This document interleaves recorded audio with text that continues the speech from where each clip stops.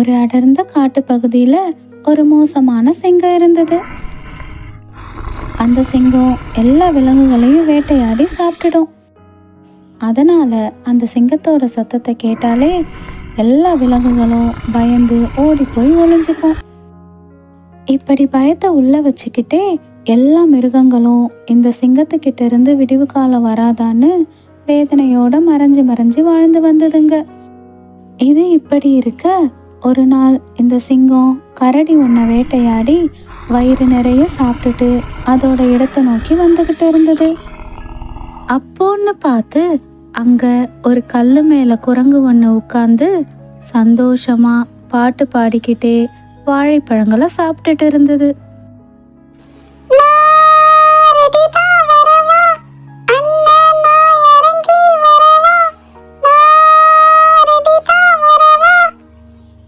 அப்போ இத கவனிச்ச சிங்கம் ரொம்ப சந்தோஷப்பட்டு, இரு இரு, நானும் ரெடி தான், இதோ வரேன் அப்படின்னு சொல்லி இன்னைக்கு இரவு உணவு தயாராகி இப்படி அழகா உட்காந்து பாட்டு பாடிக்கிட்டு இருக்கேன்னு சொல்லி ரொம்ப சந்தோஷப்பட்டது.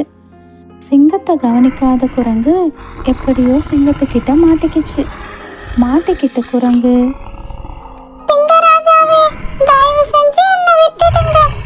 அப்படின்னு கெஞ்சிச்சு. இதை கேட்ட சிங்கம், அது எப்படி உன்னை விட முடியும், இன்னைக்கு என்னோட இரவு உணவே நீதான் அப்படின்னு சொல்லுச்சு. இதை கேட்ட குரங்கு கொஞ்சம் யோசிச்சு,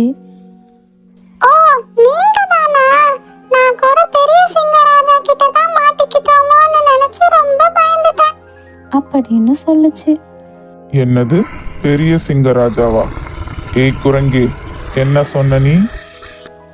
ஐயோ சின்ன ராஜா, நான் கூட பெரிய சிங்கராஜா கிட்ட மாட்டிக்கிட்டோமோன்னு நினைச்சு பயந்துட்டேன்னு சொன்னேன். ஏய் குரங்கே, நீ என்ன பைத்தியமா? இந்த காட்டுக்கு ஒரே ஒரு ராஜா தான், அதுவும் நான் தான். அட என்ன ராஜா, இது கூட உங்களுக்கு தெரியல? நம்ம காட்டுல மொத்தம் 2 சிங்கராஜாக்கள் இருக்கீங்க. ஒன்னு நீங்க சின்ன சிங்கராஜா, இன்னொருத்தர் உங்களை விட ரொம்ப பலம் படைச்ச பெரிய சிங்கராஜா. என்ன குரங்கே சொல்ற? என்னை விட பலம் படைச்சவனா? அப்படின்னா அது யாருன்னு எனக்கு உடனே காட்டு, அவன் கதையை இப்பவே முடிக்கிறேன் அப்படின்னு சொல்லி குரங்க கூப்பிட்டுச்சு. ஐயோ, நான் வர மாட்டேன், வந்தா பெரிய சிங்கராஜா என்ன சாகடிச்சிடுவாரு.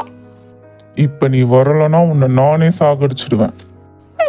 வேணா சிங்கராஜா, நானே காட்டிடுறேன், வாங்க. ரெண்டும் பெரிய சிங்கராஜாவோட இடத்த நோக்கி நடந்ததுங்க.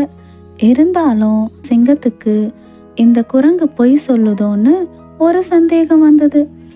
சந்தேகத்தோட நடந்து போய்கிட்டு இருக்கப்ப எதிர்க்க ஓடி வந்த கரடி ஒன்று, அச்சோ 2 பேரும் எங்க போறீங்க?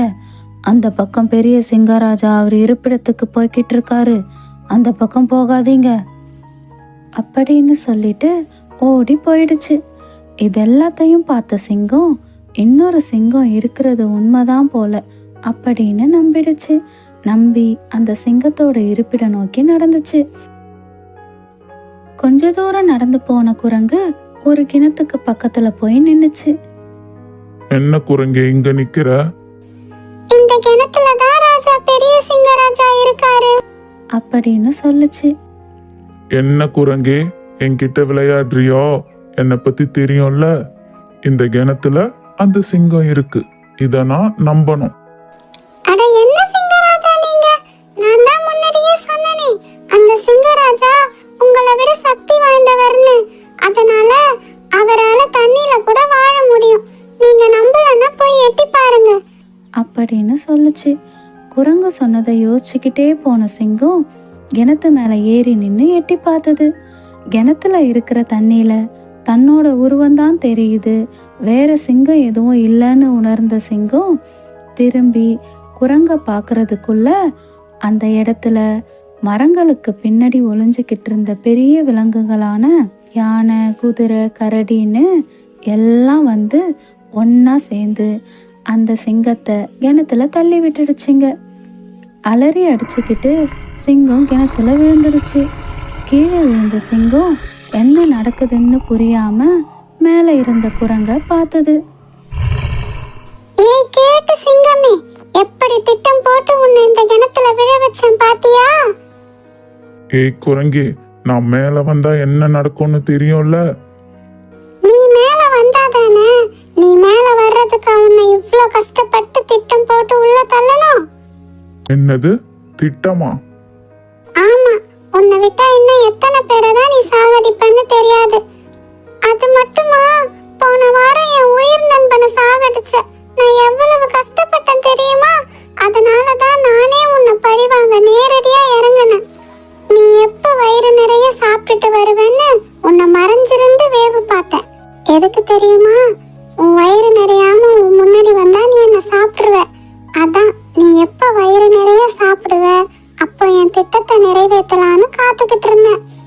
ஆனா நீ என்னமோ நீதான் என்ன கஷ்டப்பட்டு பிடிச்சேன்னு ரொம்ப திமிரில் இருந்த. இப்ப புரியுதா என் திட்டம்? நானும் மற்ற விலங்குகளும் சேர்ந்துதான் இந்த திட்டத்தை வெற்றிகரமா முடிச்சோம். இதெல்லாம் கேட்ட சிங்கம் நல்லா ஏமாந்துட்டுமேன்னு நினைச்சு கோபத்துல கடுமையா கத்திட்டு இருந்தது. இப்படியே கத்தி கத்தி பசியால கொஞ்ச நாள்லயே இறந்து போயிடுச்சு. எல்லா விலங்குகளும் குரங்கோட புத்திசாலித்தனத்தை ரொம்ப பாராட்டுச்சுங்க. அதுக்கப்புறம் எல்லா விலங்குகளும் ரொம்ப சந்தோஷமா வாழ்ந்து வந்ததுங்க. இந்த கதையிலிருந்து நாம தெரிஞ்சுக்க வேண்டியது என்னன்னா, ஒருத்தவங்க தப்பு செய்யறாங்கன்னா எப்பவுமே செஞ்சுக்கிட்டு இருக்க முடியாது. அவங்களுக்கான முடிவு காலம்